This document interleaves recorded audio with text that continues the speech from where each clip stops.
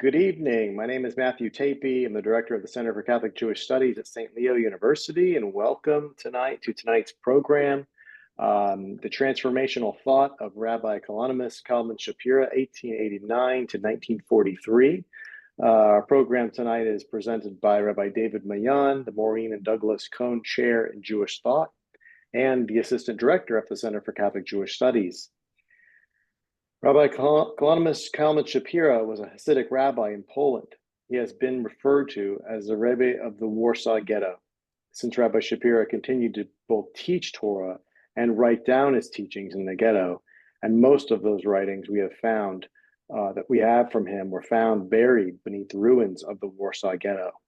His Holocaust writings are both unique and powerful, taking on added significance for one familiar with his pre-war teachings.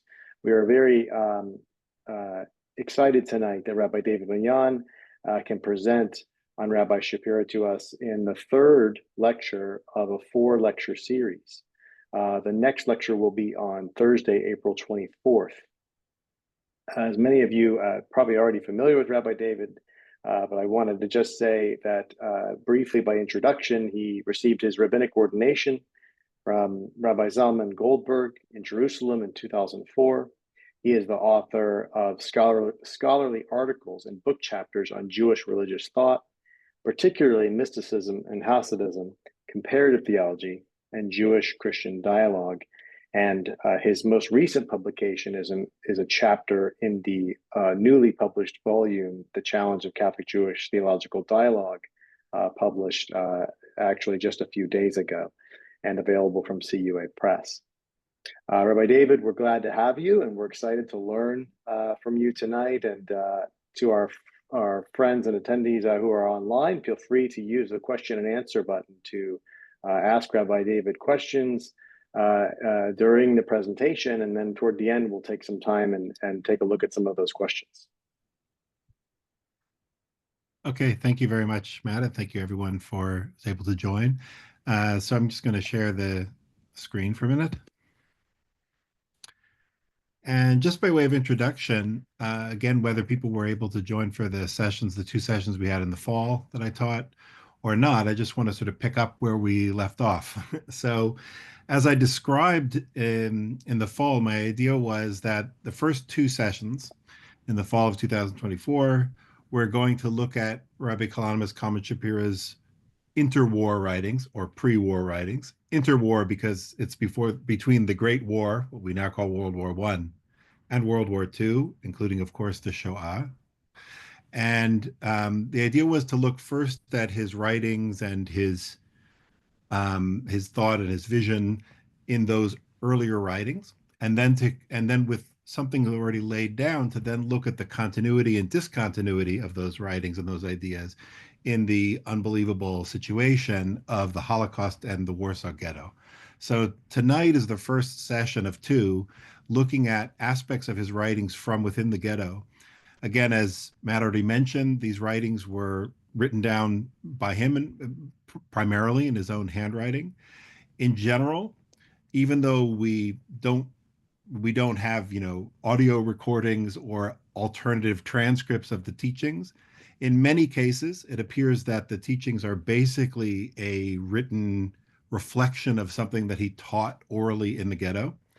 And so all of these are kind of his own thoughts and or sermons that were given in the Warsaw Ghetto. The book has been called, rightly, one of the first, works of Holocaust theology or reflection on the Holocaust. In a sense, obviously it's in a rare category with very few other books that are really books of Torah thought and theological Jewish reflection that are written from within the Holocaust as it's happening by someone in the midst of it. And that's true. And from that same perspective, people have then sometimes brought general questions that are brought to the idea of Holocaust theology. For example, how does what's called theodicy, the question of the goodness and power of God in the face of this evil, and how can we understand that or not, and so on and so forth, theoretical questions, theological questions that, of course, have been major components of Holocaust theology after the Holocaust. However, we should also recognize that Rabbi Shapira's writings are very unique in a number of respects. First of all, even though they're definitely Holocaust theology, it's interesting and often noted that, for example, the Germans or Nazis or these other terms do not appear in the text. On the other hand, the text constantly will quote something from the Parsha or something from the weekly Torah portion, and then will say, what does this mean according to our situation or in our situation, in Matzavenu, in our situation? And also the themes of suffering, martyrdom, seeing others suffer, struggles with hopelessness and despair, and indeed profound theological questions related to suffering and other questions are absolutely at the forefront of the work. So all of those themes are there, but there's an interesting reserve that he took in terms of actually recording historical specifics and naming historical specifics. And yet he's writing to and from within his situation, and he wants to write Torah that's not just happening despite the situation, but in a sense is somehow the Torah of his situation. That itself is an incredible act of faith that we see in his work. Finally, as by way of introduction, the a lot of times people have brought general Holocaust theology questions to his work, and therefore they've asked questions like, you know, did he, maintain his faith throughout the experience? From we can see from his writings, fundamental beliefs within Judaism, did he maintain them, or how did he explain or justify them, or were they sometimes changed or broken? And those are good general questions about faith. And in fact, part of why they're so powerful is they're questions that many, many, many Jews had and have had during and since the Holocaust. However, they're also kind of general questions. Part of what makes those questions seem so urgent is because a person can project their own question into the text. What I want to do is start from a slightly different starting point, which is that we know something about not just Rabbi Shapira's faith in God as a generic thing, but we know something about a specific program of what it means to be a Torah person, what it means to serve God, and his vision of how a person should have transformed themselves through a life of Torah and devotional service to God. And that this is not, of course, this includes for him as an Orthodox Hasidic rabbi, it includes all kinds of traditional, Ashkenazi Orthodox Jewish practices and doing mitzvot in this way and that way. That's true, but it's not limited to that. In fact, as we saw in the fall, Rabbi Shapira is passionate about saying it's not enough just to have the quantity and you did this act and you did that act and you therefore fulfilled this mitzvah, but what's the unique personal quality that you're bringing to your service of God? That's the main thing that I wanted to emphasize in the fall, was that he has a program of individual self-development where a person needs to sort of transform themselves and become themselves in a fuller way through Torah, and the Torah is a means to do that.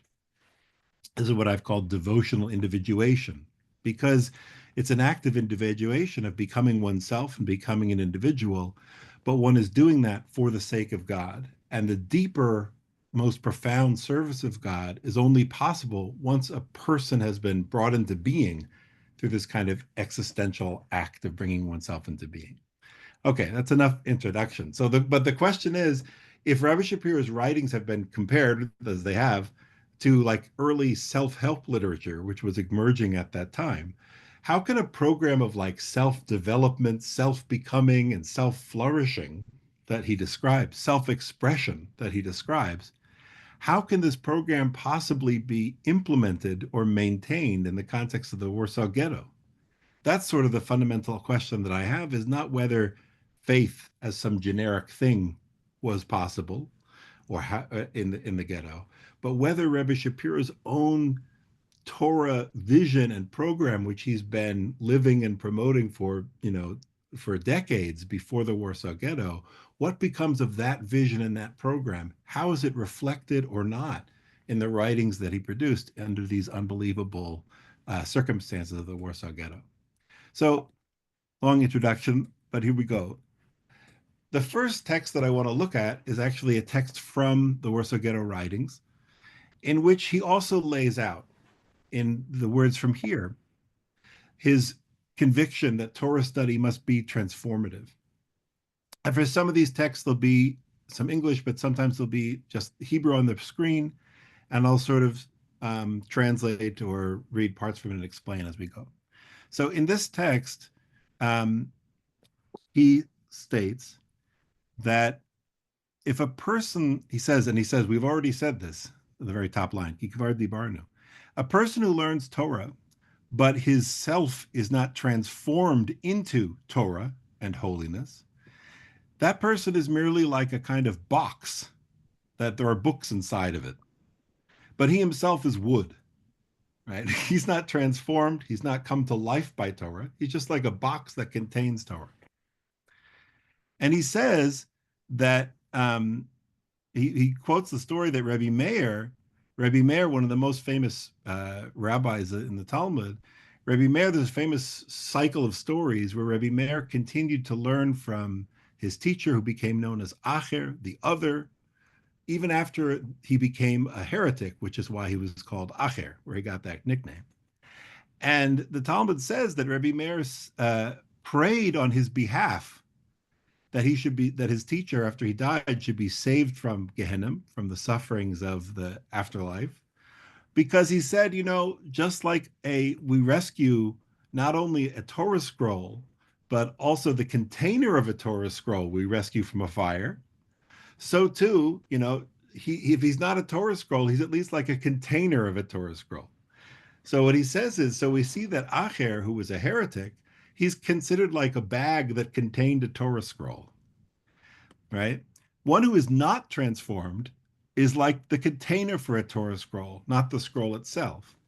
However, he quotes a well-known Gemara in Makot, the text from the Talmud in Makot, where the Talmud says, or rather one of the rabbis in the Talmud is quoted as saying, how foolish are these people who stand up to honor a Torah scroll, like when they, when they open the ark and carry the Torah scroll in the synagogue, they stand up to honor a Torah scroll, but they don't stand up to honor a great person, a great Torah person. And in fact, in the text of the Talmud, it's clear that the great Torah person, in fact, is more deserving of honor even than a Torah scroll itself.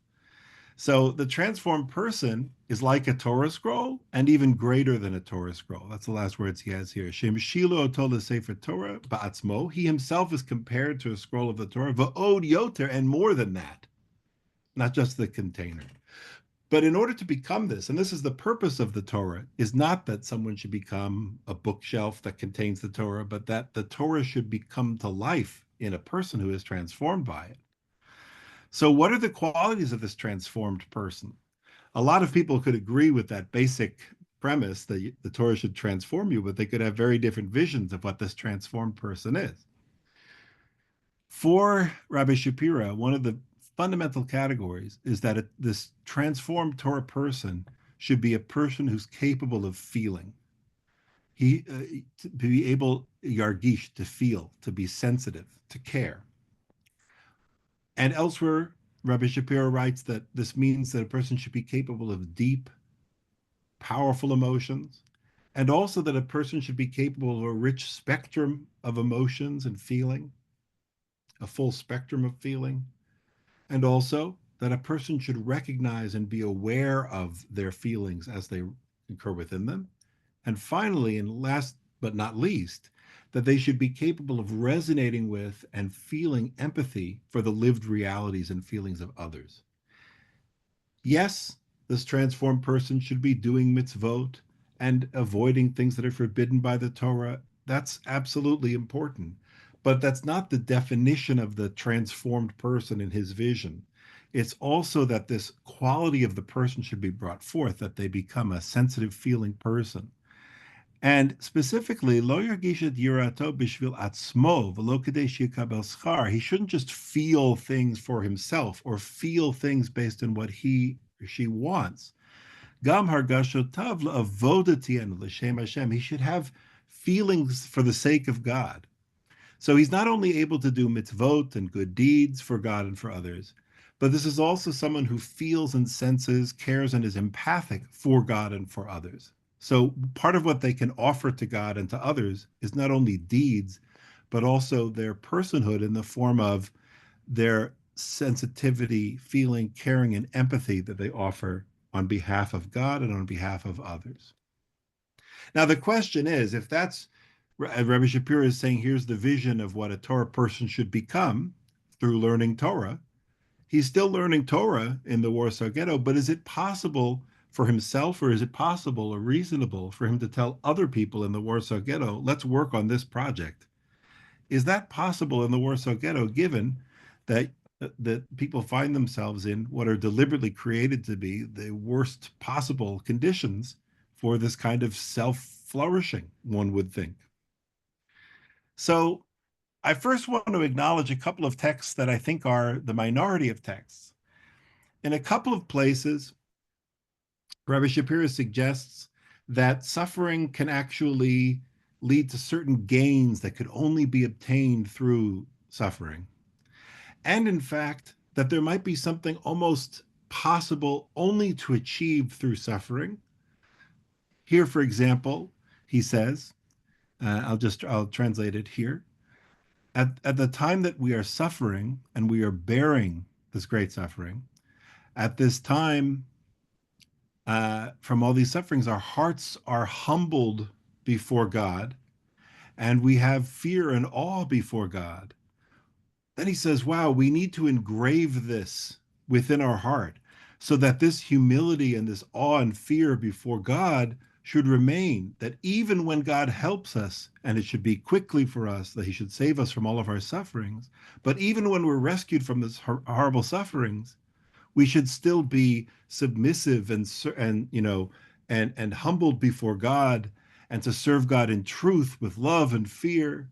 So here it's almost describing that this situation has sort of pressured us into an almost ideal level of awesome humility, and we're humbled before God, and we're filled with profound feeling of needing God and fear before God. Here he says actually that when the people of Israel and Jewish people are, God forbid, in suffering, and particular in suffering like this that we see, that it's not just that they themselves nor no one else can save them. They basically feel like there's nothing we can do to save ourselves, and they don't necessarily see any reasonable human way to be saved. Only God could save us from this situation, they feel. Well, when that happens, so then they're already putting into their heart a great feeling of yearning and longing for God, because they're relying only upon God. And in fact, he says, we need to fix this within our memories and within our inner awareness, our awesome situation, fearful situation at this time of suffering, and how we're longing to God, saying, please, God, save us. Only you can save us. And we're not distracted by foolish things. There's almost something ideal about this state that's been brought about by the great suffering that focuses our awareness and, again, humbles us to be able to admit our sort of complete and desperate dependency upon God. Here this is the next paragraph from that same teaching. He says, maybe he wants to answer a question related to Passover. So one of the things that we eat on Passover, there's the Korban Pesach, the Passover offering, but there's also, and matzah, but there's also maror. Maror is bitter herbs. So why do we eat bitter herbs? So it says in the Haggadah, people know, to remember the bitterness and how the suffering was in Egypt. But it's clear, he says in the Torah, that even the children of Israel who left slavery and in the Exodus, they also ate maror. What did they need to eat maror? To remember the suffering? They know the suffering. They're them. So why did they have to eat maror?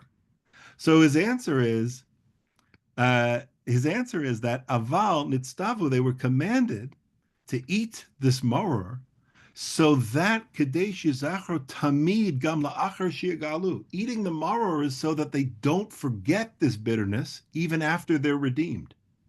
This bitterness and the receiving of the yoke of the kingdom of heaven, Kabbalat Omo Shamayim, their receptivity towards God that was opened up by this bitterness, they're accepting that upon themselves and also upon their children, so that they and their children should remember forever. So this is sort of an idea that this kind of suffering could actually be a kind of revelation or teaching process that brings people to an almost ideal state in some aspect of their awareness of God, and therefore leads to this question of, wow, how do I hold on to this? However, these texts, which I should also say are relatively early in the book and therefore relatively early chronologically, uh, are outnumbered by texts that use the language either that it's very difficult to serve God or to really serve God in these circumstances, or that use the language that it's EF shar, it's impossible to truly serve God in our situation. For example, in one, and this is just sort of gathering from a couple of places, in one place he writes that it is kashe, it is difficult in great sufferings to serve God from love.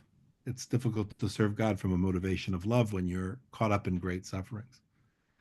However, elsewhere he says it's also difficult in great suffering to serve God from fear and awe. Even though we are filled with great fear in our situation, the type of fear that we're filled with tends actually to trap us in ourselves and even overwhelm our sense of self entirely.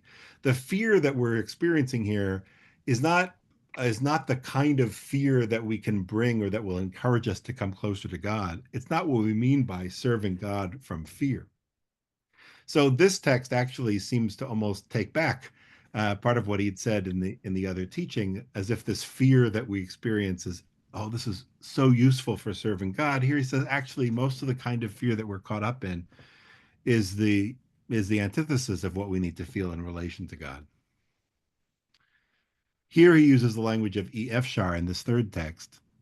He says we're praying that God should first sort of shower a kind of loving kindness upon us and bring us out of our situation to a better situation before God judges us. Because it's impossible to actually serve God as is fitting in our situation. But if God shows us divine grace and compassion, basically, to transform our situation to be better, then it becomes a little bit possible, maybe, to serve God. But right now, it's not really possible for us to serve God from within these great sufferings. So, in these places, we see he seems to be describing a situation where it's, again, either very difficult or, if not impossible, to serve God in the way that he would like from within this, absolutely opposite of ideal situation. Another thing, and this is kind of a representative text of something that there's a few other texts like this too. Another thing that's amazing in these writings is that he doesn't just describe people as having negative or painful or difficult emotions, obviously negative and painful bodily states in terms of how much energy they have and they're hungry and they don't have things they need and so on and so forth. And he talks about how that makes it difficult, of course, in every way for a person to live, including for the person to serve God. But he also uses specifically a language of non-existence. We saw this actually in the pre-war, in the pre-Holocaust writings, that his vision of how a person needs to come into being and sort of become themselves, it has an existential sense that if I don't do that project, it's like I don't exist. There's some real feeling of non-existence that pushes a person towards becoming themselves. Here, though, he's saying that and in a few other texts like this, he's saying that the situation of the Warsaw Ghetto of the Holocaust has been, well, he's saying it is such that I would also say it's been designed in many ways to reduce people to a feeling of inhumanness or not even non-existence. Here he writes, this is a great general rule that we understand that in all sufferings that a person goes through, so there has to be something if a person can encourage themselves or rejoice or find some joy, bring joy to themselves or be encouraged. But and you could, for example, encourage yourself. It could be worse, he says. Sometimes that that can help a little bit. And he gives an example from the Midrash about how King David, when he was in a terrible situation, said, "Hey, it could be even worse." Okay. But he says, God forbid when the sufferings are so great and so overpowering. And here's his language: Ad shekol ha'ish nofel v'nishbar l'rusisim, until the entire person falls and breaks and fragments or shatters. V'lo nish'ar mimenu ishut asher yitchazek, and there doesn't remain of him personhood that could be encouraged. There's sort of no one there to encourage. There's just fragments of a person, fragments of a self where there should have been a self, where there formerly was a self.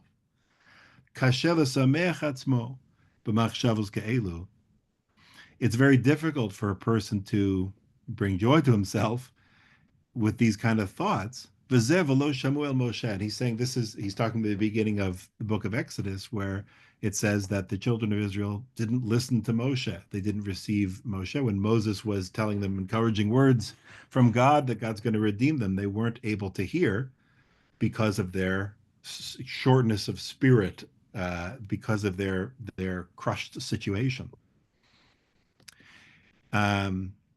Yeah, so you can sometimes encourage yourself, but not if one is fallen, broken, and fragmented. And again, his language that there is no self there to encourage. So even though it's difficult and in a sense impossible to do certain things, he nonetheless has many, many places where he's talking about how do we apply this work of feeling and transforming and growing and giving? How do we apply that to our situation? And ultimately, he comes up with lots of different texts and lots of different places where he is trying to encourage himself and others to find a way to work with the situation to some extent. He doesn't ultimately conclude in total despair that it's absolutely impossible to do anything. But he acknowledges how difficult it is and how, of course, it can feel impossible and how there are such limitations. Here you have explicit language where he simply says, when a person is in a happy situation, it's easy for them to serve God with joy and love and enthusiasm. But God forbid, if the person isn't suffering, his language is yishamesh b'matzavozeh. He should make use of this situation that he's in, of his situation. And he should serve God with a broken heart and with an outpouring of the soul that comes from his pressured situation. In other words, in this phrasing, Rabbi Shapira is not saying, oh, wow, great, there are certain opportunities that are opened up now. He's not saying it in anything like that tone. But he is sort of saying, you have to work with what you have. How can we serve God in this situation? And his answer is not quite the same way as in some other situations. So what are we going to do? So here's the next paragraph. He then says, Rabbi Yossi, quoting a text from the beginning of Talmud Brachot, page 3, the Talmud there records a story when Rabbi Yossi would pray in a ruin, one of the ruins of Jerusalem. He heard a voice, a heavenly voice. And this voice that he heard, according to the text there, is a voice of God saying, Oi, oi for me that I exiled my children, oi, that the world is in such a state, basically. And in the end, the Talmud actually says that actually God says that every day. In fact, God says it 3 times a day. So the question is, well, if God's saying it all the time whenever anyone's going in to pray, how come Rabbi Yossi only heard it when he went in to pray this day? Because the text there says that whenever the Jewish people enter in synagogues to pray, God says this. So why didn't he hear it before?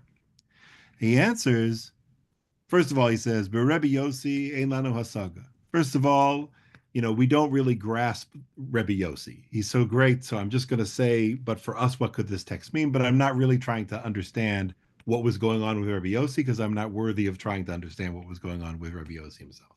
Aval lanu remezu, but for us, there's a hint in this story that we could use. Mipnei shepalel b'chorva mechorvos Yerushalayim. Maybe the reason he heard God crying then, as it were, is because he prayed in one of the ruins of Jerusalem. V'nishbar libo yoter, and his heart was more broken because he wasn't praying in a nice synagogue. He was praying in one of the ruins of Jerusalem. His heart was more broken in his prayer. Lachein shama, that's why he heard. So again, he's sort of opening up this idea that if we're praying in a ruin, if we're praying in a place of exile and destruction and brokenness in the world, so that might actually open up for some kind of way of sensing a new voice or a new aspect of what's going on with God that wasn't fully open to us before. But as he says here, this isn't a case of, wow, this is a better situation. It's just Yishamesh b'matzavoze. A person should try to use or work with the situation they find themselves in.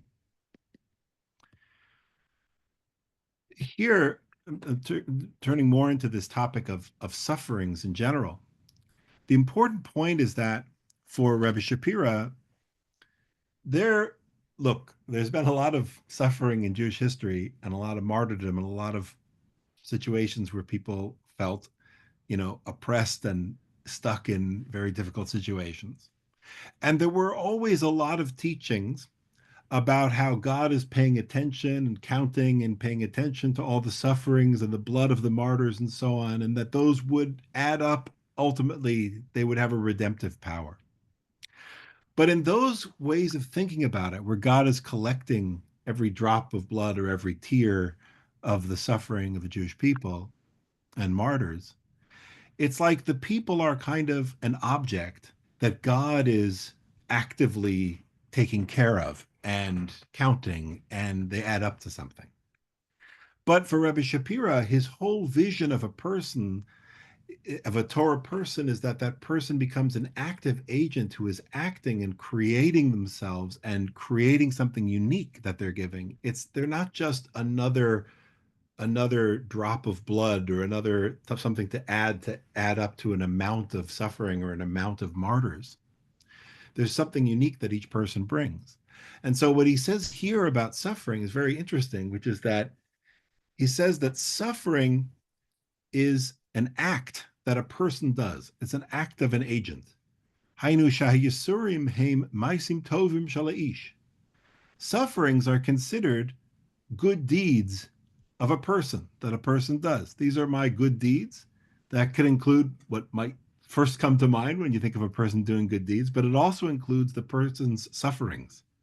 But right away he says, Eza maisimem, what do you mean they're works that a person does, acts that a person does? They're not acts, and the person isn't doing anything. He's just undergoing something. Isn't that usually the case?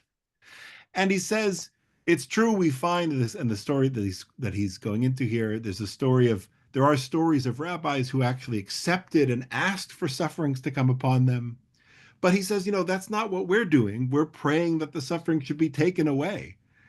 And yet, he says, as long as we find ourselves in this situation, hein hayisurim masimum mitzvos hein. Now he even adds, sufferings are acts and are mitzvot. Even though we're praying to God to remove these sufferings, aval kozman she'odam banu tzrichim lekablam be'ava. As long as we're still in the state of suffering, we need to receive them with love. This is an old category that's in the Talmud, to receive sufferings yisurim be'ava, with love, to lovingly accept sufferings. But again, what's really important here is that he wants to emphasize that this act of accepting these sufferings, it's not just some sort of cognitive assent or some act of surrender. It's actually an act which makes those sufferings, instead of something that the person is passively struck by, in some sense, those sufferings become something which the person is doing because of what the person is sort of doing with them or how the person is relating to them. Even though if they could make them go away, that's even what they're praying for. They would make them go away. Here he says, again, continuing with this idea that sufferings could be like an act of agency. He says, Ki hayisurim heim ma'asim uvamitzvos u'ma'isim tovim yeshnan chukim mishpatim. This is the end of the same teaching as the previous slide. Sufferings are acts, and with mitzvahs and good deeds, we have two categories, chukim and mishpatim. This may be well known to people that a mishpat is, I mean, uh, one means sort of judgments, the other decrees. But there's an old idea that mishpatim are judgments or laws that you can understand. They're rational, they make sense. And chukim are things where the Torah says, do this, and you say, well, I wonder what the rationale for that could possibly be. So he says the same thing with suffering. There's sufferings that are in the category that we sort of have some understanding of them, but there's sufferings that we don't understand them at all. Nonetheless, we need to relate to them actively as our own act that we're relating to. Now, part of this idea of suffering as an act is also what I've been referring to as empathy. Empathy is a kind of suffering on behalf of another, suffering along with another. And for the Piazetzna, again, he emphasizes that this act of empathy is not just a feeling that might motivate you to then act. I mean, that's good too. If you can help the person and give them, if they're hungry, you can give them food, that's great. But that the act of feeling itself is an offering. Empathy itself can be an offering. Here he writes it very clearly here. He says, in order to awaken compassion upon Israel, upon the people of Israel from above, from God, and to sweeten judgments, so a person needs to awaken within themselves compassion on another fellow Jew. Not only that the person needs to give to them everything they can possibly give to them, right? That's why I said, like, feed them if they're hungry, if you can. Rak harachmanus ba'atzma, but the compassion in itself that a person awakens and arouses within himself for another person, for another Jew, po'elet b'marom. So actually here he says it acts, it's po'elet, it's effective on high. In other words, this act of arousing compassion and feeling for the sake of the other is both an effective act that you're giving to the person, and it also, the fancy word for it is it's theurgic. It actually acts, as it were, upon God and helps to arouse divine compassion. And therefore, he says we need not to become numb and used to the sufferings of Israel. In other words, when there's lots of sufferings and lots of people suffering, we shouldn't allow that to become dim and vague in our compassion for Israel. Rather, just the opposite. A person needs to pay attention and care, almost to the point that their heart completely melts from the sufferings of others that they see. It's interesting, one of the things that Rabbi Shapira is famous for is his teachings about imagination and using visualization as part of the process of meditation and growth. And here he's almost describing about applying that specifically to suffering of others to keep that vivid and clear, so that that image, what you can perceive it clearly and strongly, so that it'll arouse this compassion, this empathy that you can then offer to the other person. Moving towards the end here, I want to talk a little bit about suffering and vulnerability. In a way, this relates to what I was just saying before about, is suffering fundamentally something that, a person undergoes, that it comes upon them? Or can suffering become an act of self-expression, or even an act of self-becoming? And that's what he argues in some places, is that is possible, although he's constantly begging God and saying, it's really, really hard or almost impossible to do. How can anyone work with this? So he's asking God to have compassion and to save Israel from the situation, but he's also telling people and himself within the situation there are possibilities. Here there's an amazing text that I'm going to summarize on the subject of vulnerability. The opening of the text, which I'm just going to summarize, is Ula, one of the famous rabbi, Ula says, is quoted in the Talmud as saying, let the Messiah come, let the Mashiach, let the Messiah come, let the days of the Messiah come, but I will not see them. Let them come and let me not see them, basically. And the traditional understanding of this is that Ula believes that in the time of right before or as the Mashiach, the Messiah, is revealed, it'll be a time of great suffering in the world. So he's saying, obviously, I want Mashiach to come, but I hope I'm not there to see and to go through all the sufferings that are happening then. So he basically asked this question, which is, you know, if a person, he says, if a person is undergoing great suffering, and this itself is an interesting comment. If a person is undergoing great suffering, they might say, I would rather die than be suffering this way. But that's only how a person feels in the midst of great suffering. But before or after great suffering, a person would say, I'd rather go through any whatever the suffering is going to be rather than die. In general, that's the case, he says. So he's asking, how could Ula say, I'd rather die than go through these sufferings of the days of the Messiah? You know, it just seems like Ula is supposed to be this great person, the tzaddik, this righteous person. How could he say, I'd rather die than experience or see this suffering? So he actually answers that it's that Ula wasn't saying because of his concern about his own sufferings that he was unwilling to bear them. And so he didn't want to have to be there for the days of the Messiah. Rather, he was concerned about the sufferings of the Jewish people. Shelo yuchal lisbol sheYisrael kol kach b'tzara. He felt that he wouldn't be able to bear that the people of Israel should be in such great sufferings. Ubefrat ula yoter lo haya yachol liros b'tzaros Yisrael. Interesting phrasing. And in particular, Ula, he was more not able to see the sufferings of Israel. Why was Ula more not able to see the sufferings of Israel?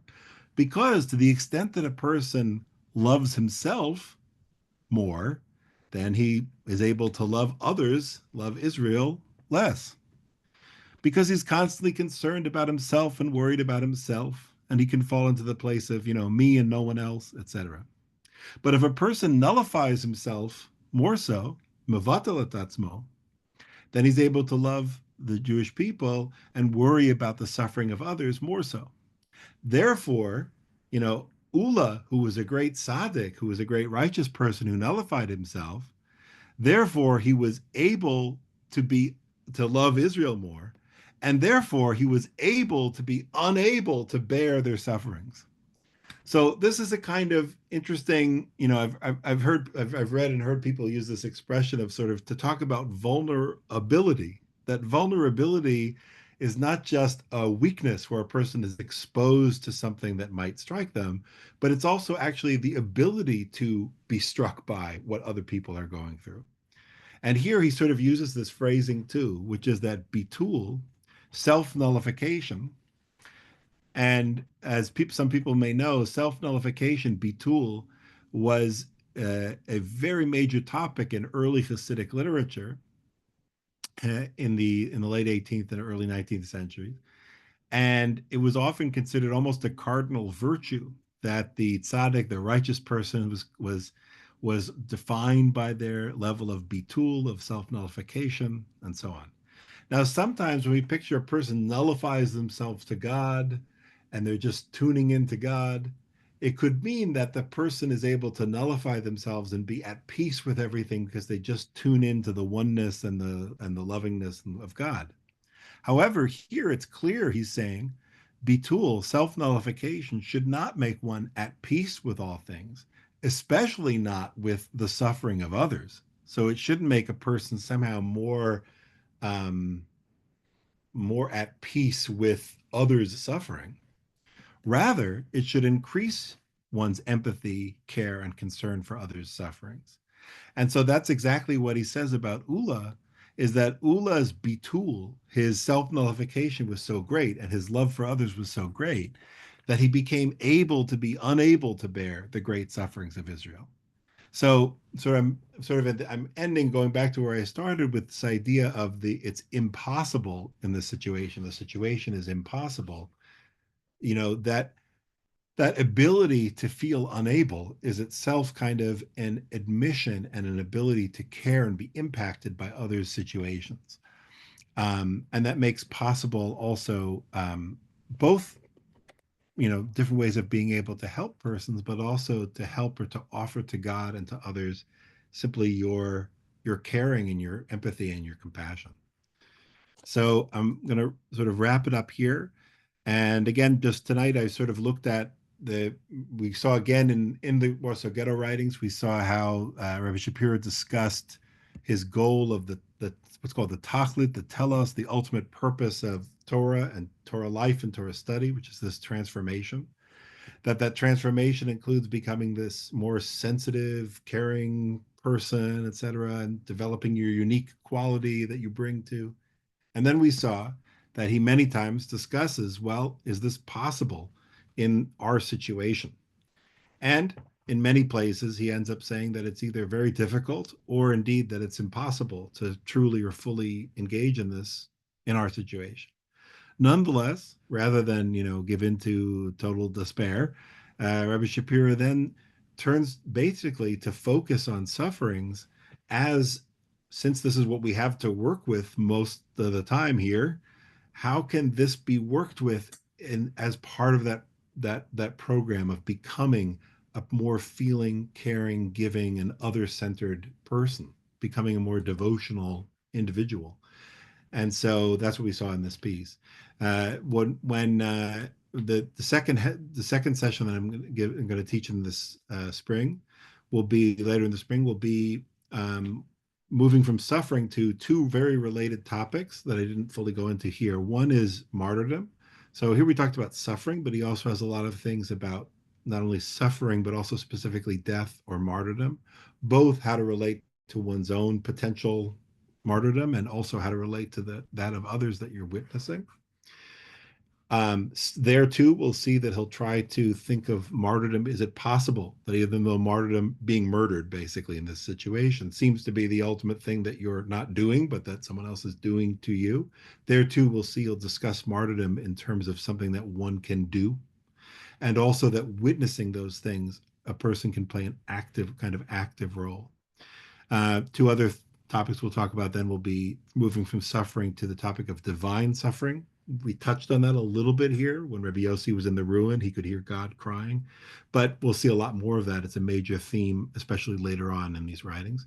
And finally, we'll see also some of Rabbi Shapira's own more self-reflective passages where he's either explicitly or through a thin veil sort of reflecting on himself in the situation that he's in, and also himself as a writer of martyrdom and the ghetto and the Holocaust as it's unfolding.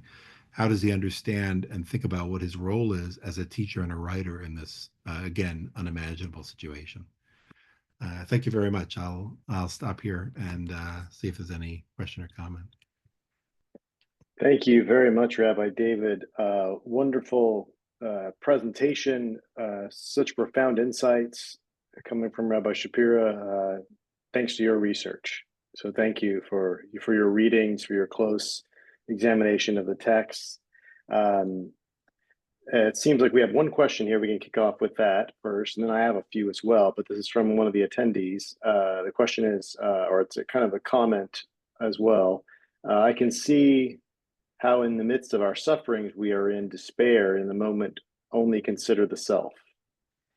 I think of this in my own journey, realizing in sufferings, I need to ask God what versus why, and seek to see what God is teaching me in the moment and how I can grow as an individual, to consider the individuals who are involved in my trials, to notice the effects it has on others, empathy for them possibly. Reflecting on this session, would you say that suffering leads us initially into self-observation? And if we allow it to become a teaching moment, can it cause us personal growth and deeper reliance on God, who causes us to flourish? And that's questions actually from Sasha Bergstrasser, Yeah. Friend of the center. Sasha. Okay, that's a great question. There's a lot contained in there, as anyone can see. I would just say I agree with a lot of things that are said there, and I would just add a little bit. So I definitely think that, yeah, as you say about asking God what shall I do with this, rather than why is this happening? The thing I would say is that in general, Rabbi Shapira is not trying to answer theoretical questions, but is trying to give, pastoral advice to himself and to others. He's not trying to pull to, and that's why if we frame it in terms of the question of theodicy, right? Why, if God is good and powerful, why is there evil and suffering? there seems to be evil and so on, unjust suffering. That's like a theoretical question. If I have these two beliefs, God is all good, God is all powerful, but then I have this other apparent reality, it's a question of, philosophical question of, can these things fit together? How can we define things or not, and so on. It's a theoretical question. I'm not saying it's unimportant. It's just that's the type of question that it is. Rabbi Shapira is not really engaged in those type of questions. Even if he's talking about those subjects, he's talking about it from a lived situation. That's also part of why he'll sometimes say, this is impossible. And other times he'll say, God, please help me be able to do this. And let's try to do it. And because he's not trying to come up with a theoretical, rational construct, he's trying to encourage himself and others. That involves an acknowledgement of the felt situation of this is impossible, and also trying to find some kind of encouragement and drawing it out of people. And then finally, like I say, I think yes, it's not less a question of trying to get behind what happened in the first place and trying to understand or justify why it happened, and it's rather, here I am, here we are, what can we do? And it's not a theoretical question. What are we going to do? How can I try? How can I think about this, or how can I approach this? And how will I experience that? It's an experiential question. So that's one thing. And the second point is here, yes, that um, suffering leads us initially into self-observation. So one thing that's interesting is, Rabbi Shapira is you could almost say obsessed. He's very, very interested with values of authenticity, the true self, the true voice, and bringing forth one's true self and birthing the true self and all these kind of things. And he's very sensitive to someone that not authentic. And part of this authenticity is being in touch with one's own true self. Now, at the same time, he says that one of the aspects of suffering, it can narrow one's vision to get sort of trapped in your ego. But on the other hand, the cries that a person cries out in suffering are by definition a true expression of, oi, this is me. Oi, I'm hurting. There's a famous thing that Wittgenstein said about, you can make a mistake about, whose is this, whose is that, lots of things we can make mistakes about, but it doesn't make sense to say, oh, my hand hurts. Oh, sorry, it was your hand. I thought it was my hand. That doesn't happen, because there's something about that nature of suffering, is that it's also suffering for me. I can't be mistaken about that. So there is this way in which suffering brings me in touch with that. And then from my own experience of suffering, as you expressed, I can then reflect on the suffering of others who also are persons and also have a center and also have a way that things are for them. But I can get there Mhm. from being brought into an awareness of how things are for me. But that's an existential awareness as opposed to a theoretical one. So it relates to what I was saying before as well. Sorry for those too long of a response. But Thank you, Rabbi David. Another question from an attendee is, are Rabbi Shapira's thoughts pointing us to a growth through suffering as like I guess as an archetype?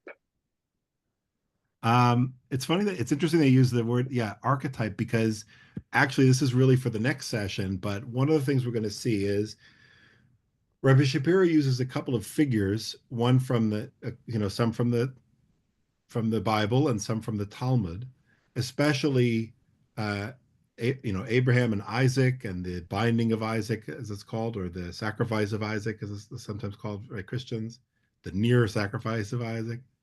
He uses that as one model, and also the martyrdom of Rabbi Akiva that he returns to several times throughout the book as kind of archetypes or models. However, and this takes us outside of this, but he actually he doesn't really understand them as archetypes that we then participate in or model ourselves after. Rather, he understands them as the beginning of something that we need to continue. That's another discussion to see how it is, but it has to do with this existentialist orientation. It's not that there's an archetype that's already complete and then we also might participate in or manifest that. It's that something started and it's not complete, and our acts are actually bringing about a fullness that wasn't there before. That's how he's going to understand both martyrdom and suffering. This has to do with the value of the individual as well, because the suffering of the individual, just like the existence of the individual, is irreducible.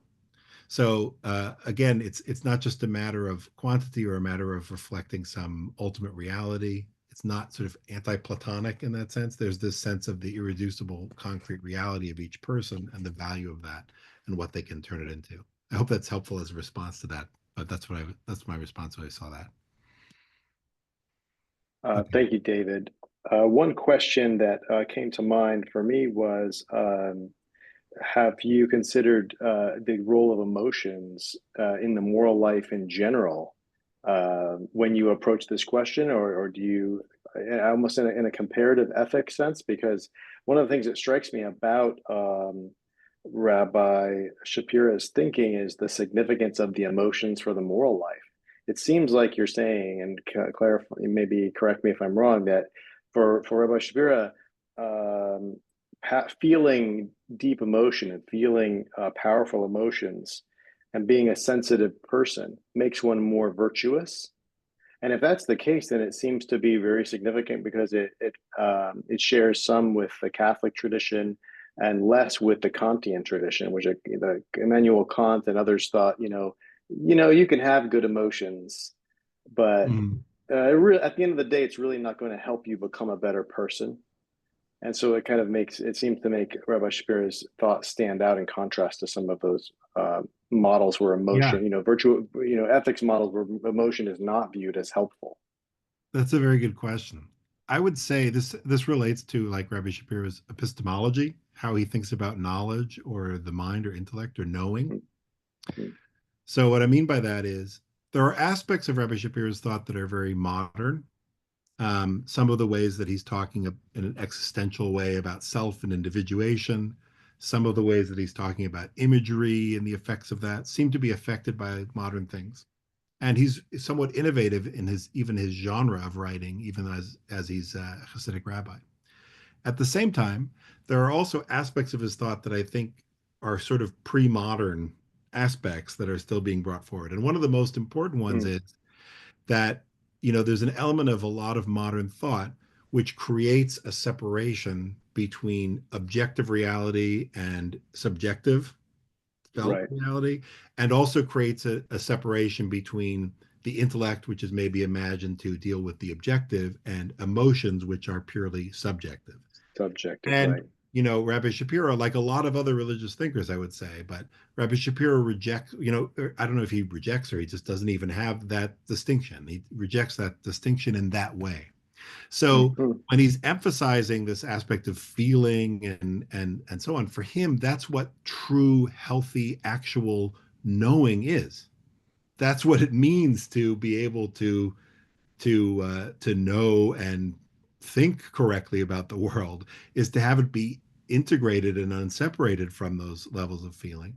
And at the same time, healthy emotions are actually tuned into what's actually happening with the other person. It's not just I Right. see someone and I project something and I have this awesome subjective experience because I imagine they must be feeling XYZ. That's no good. That's not empathy. Empathy isn't that I just imagine a story when I see someone and start weeping. It's that I tune into what they're actually feeling or undergoing, and my feelings and my response is an actual reflection to what's there and what's given to me. Mm-hmm. Mm-hmm. So that's what I think of about that. So it's not just a matter of sort of using the emotions or having them as a useful thing alongside with the Mm-hmm. intellect. For him, it's that these things are ultimately an integrated reality, and a lot of our work is actually realizing that integrated reality. He laments a lot that we can know things in our minds but not feel them in our emotions or in our bodies. And for him, true knowing involves both what we might call now the emotions and the body, but not because they're these other important things, but because they're part of the fullness of what a person is. Mm-hmm. Yeah. Mm-hmm. Excellent. Thank you so much for that. Great answer. Um, I think that might be all the time we have this evening as we come around now here to 8 o'clock, the conclusion of our program. As Rabbi David said, this is the third in the four different lectures. There will be another lecture and the final one on April 24th 7 to 8 p.m. Mhm. So you can register for the next session online at Center for Catholic Jewish Studies website. If you Google St. Leo CCJS, will come right up, and you can see the program there and register for the next Zoom program. We're grateful for your time tonight, Rabbi David. Again, thank you for all the preparation and care you took with guiding us through these profound texts. And thank you for those who are online for joining us. And we hope to see you in the future. Thank you very much. Good night.